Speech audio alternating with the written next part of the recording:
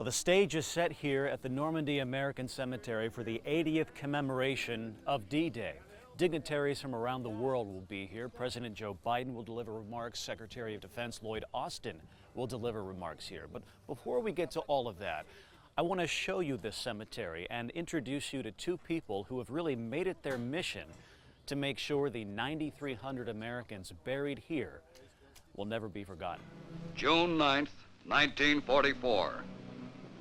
Allied troops in Normandy have moved inland. A lot is said about the cost of war. Work not without a price in men and materiel. But if you really want to know the price, you can come here to the Normandy American Cemetery on a plateau above Omaha Beach. 172 acres of reminders, the war receipts. We commemorate 9,388 service members buried here. Scott Desjardins is the superintendent. These were men who some of them didn't even know where France was. These were men who volunteered, also, of course, some men that were drafted. When we are facing a grave, you are facing a face and a personal story. Stephanie Labrie is a guide at the cemetery and a guardian of sorts. It's important to tell their stories, to not forget, to know who they were. There's General Theodore Roosevelt Jr., the oldest son of Teddy Roosevelt. A father and son, Colonel Ollie Reed and First Lieutenant Ollie Reed Jr. And a civilian, Elizabeth Ann Richardson. She volunteered with the American Red Cross. All of them met their fates here in France. I know it's so important for visitors to be here.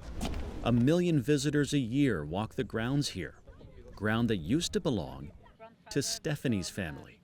You see, her grandfather farmed this land before the war. After the invasion, the farm served as a morgue, where the caskets were stored to be sent back home or to be buried in Normandy. And after that, the French government asked them if they agreed to let their lands for the cemetery, and they accepted it. For Stephanie, every day here is personal. It's quite a place of my family here, so it's so important for me to honor and to be here. And as for Scott, who oversees this hallowed ground, his mission is personal too. My goal at the end of the day is when Americans visit and they leave a little bit prouder to be Americans. And when people from foreign lands, foreign countries visit, I hope that they leave with just a little more respect for what America does for its service members. Now, if you do happen to find yourself here in France, you can visit the Normandy American Cemetery almost any day of the week throughout the year. A chance for you to come and to reflect.